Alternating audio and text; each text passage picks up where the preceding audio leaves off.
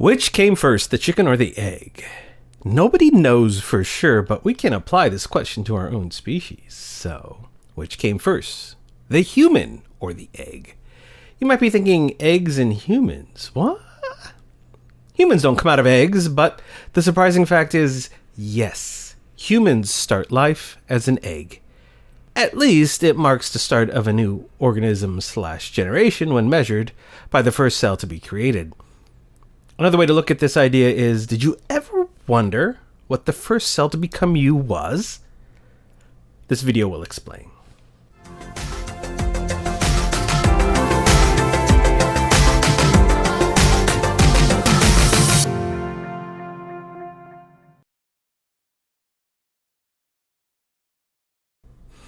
Every human that you ever knew began life as an egg. Although humans don't hatch out of eggs, our distinct cellular line, distinct from our parents, begins with a cell. And that very first cell is a human egg. In fact, the first cell to become you came into existence before your mother was even born. Let me repeat that again. Your first cell came into existence before your mother was born. So how is this possible? Because about 5 months before our mothers are born, all the eggs our moms will ever carry are created while she is still in utero. These unfertilized eggs exist in an arrested state of meiosis. We may never know which came first of that frightfully famous conundrum between the chicken and the egg. But as to which came first between the squirm or the egg, well, Team Mom beats out Team Dad by at least a decade or more. Sorry, Osmosis Jones, the founder should be a spherical egg, not the gamete from a man. The first cell to come into existence for all humans originates from Team Mom and has been waiting for approximately, on average, 2 to 3 decades, patiently waiting for the male gamete from Team Dad to show up. How can our first cell come into existence before our mothers are even born? 3 to 4 months after an egg is fertilized by a male's gamete, all the eggs a female is destined to carry come into existence just as our mom's birthday suit is about halfway to completion. In other words, when our grandmother was pregnant with our moms in their tummies, our moms generate all the eggs they will ever have for their entire lives. It's like a human within a human within a human. 3 generations in one. Or more accurately, half a human within a human within a human. Thus would be 2.5 generations in one, if you want to be pedantic. And pedantic means to be like Sheldon Cooper from the Big Bang Theory show. Thus, every woman who's carrying a baby girl in her tummy is also carrying half of the original line of the cells of her future grandchildren. I guess that's why Grammys are so special. During this mercurial period, we have a cell-to-cell-to-cell connection between 3 generations, via grandma, mom, and all of mom's children. But remember, this only happens when she is carrying a baby girl in her tummy. Having a triple generational cell-to-cell-to-cell link with our grandmas, specifically our maternal grandmas. Thus, this is a biological trinity between 3 generations in cellular union. Basically, you can figure out your cellular age by subtracting 5 months before your mother's birth date. For most couples, the woman tends to be younger. But when considering cellular genesis, the situation can be reversed. Here's a famous example of that. President William Jefferson Clinton, number 42. Give us applause, please. Bill was born in 1946, and Hillary was born in 1947.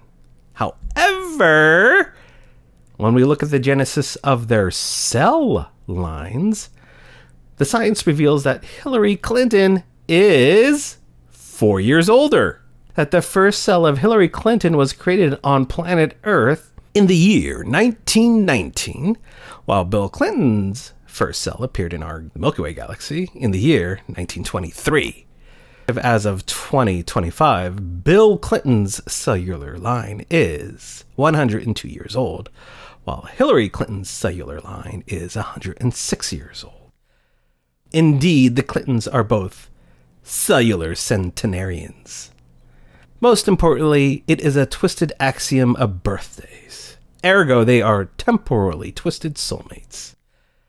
So, in 1919, the first separate and distinct cell of Hillary Clinton appeared just as World War I was ending, because her mother, Dorothy Howell Rodham, was born on June 4th, 1919.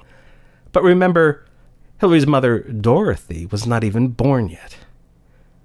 The person who was assigned as the living corporeal guardian of Hillary's first cell and Hillary's mother yet to be born was her maternal grandmother, and her name was Della Murray Rosenberg. So, what is the cellular age of Bill Clinton? Let's do the math and spell it out. Bill Clinton's mother was Virginia Clinton Kelly, born June 6, 1923. Thus, a good estimate for the date of Bill Clinton's first cell was created is January 1st, 1923.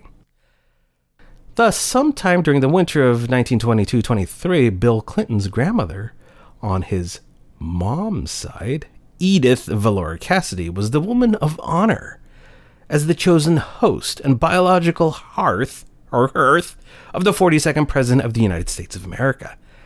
After Bill's mother, Virginia, was born, Bill's first cell would be nurtured and protected for the next 23 years by Virginia Clinton Kelly until a especially romantic night in the spring of 1946. So, from the traditional birth date perspective, Bill Clinton is older by 1 year, but from the scientific tabulation of cellular data, Hillary is older by 4 years. So what does it all mean? Well, it's a biological fact, and it's neat to compare as to who actually has the oldest cellular age. Likewise, although you may be younger than your partner, you might be older via your cell line, making you temporally twisted soulmates. And going out on a limb in the realm of woo and wild speculation, perhaps our first cell is able to pick up on the cosmic and cultural vibes of the moment. Remember, your first cell is a living entity that needs oxygen, nutrients, and is metabolically active. Perhaps the cultural vibes are absorbed by the DNA, the proteins, or some sort of membrane. Who really knows? Did Hillary's egg pick up the vibes of World War I? Or did Bill's first cell pick up the freestyle, rule-breaking Roaring '20s feels of prohibition? We don't know, and we may never know.